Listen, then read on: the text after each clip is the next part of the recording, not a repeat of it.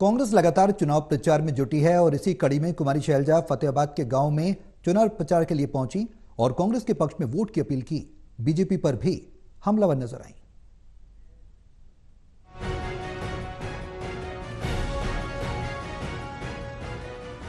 चुनाव का समय आते ही सभी दलों ने प्रचार तेज कर दिया है। इसी कड़ी में कांग्रेस भी कोई कसर नहीं छोड़ना चाहती।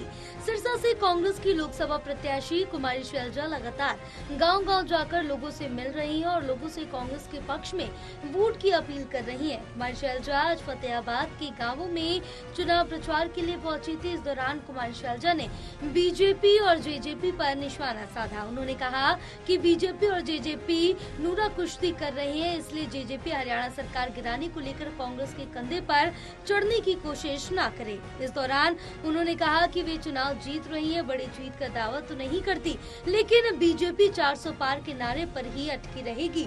जनता कांग्रेस के साथ आगे बढ़ जाएगी। उन्होंने कहा कि बीजेपी के खोखले दावे और जुमलेबाजी की पोल लोगों में अब खुल चुकी है। बीजेपी फ्री अनाज के नाम पर गर्मी में भी बाजरा दे रही है और बाजरे को तो पशु भी इस मौसम में मुंह नहीं लगाते। उन्होंने कहा कि उनकी सरकार आने पर 10 किलो अनाज हर परिवार को देंगे और हर गरीब परिवार की महिला को सालाना 1 लाख रुपए दिए जाएंगे।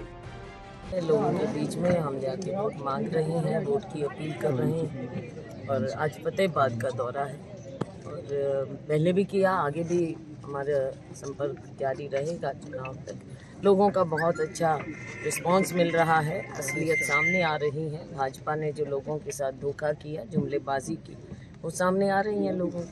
लोग बता रहे हैं। तो ठीक है, हम गरीब को गरीबी से ऊपर उठाना है, खैरात नहीं देनी। 10 किलो अनाज भी देंगे और साथ में हम, जो मैंने कहा, 1 लाख रुपया हर गरीब परिवार में एक महिला को देंगे। तो उसी से तो होगा, क्योंकि ये भाजपा वालों की ना आदत है झूठ बोलने की, भ्रमित करने की। बीजेपी 70 साल का हिसाब मांगती है, लेकिन पहले 10 साल का हिसाब किताब दे। 27 करोड़ लोगों को कांग्रेस ने गरीबी रेखा से बाहर निकाला, उन्हें फिर बीजेपी ने नीचे धकेलने का काम किया। बीजेपी की आदत हो गई है लोगों से झूठ बोलने की।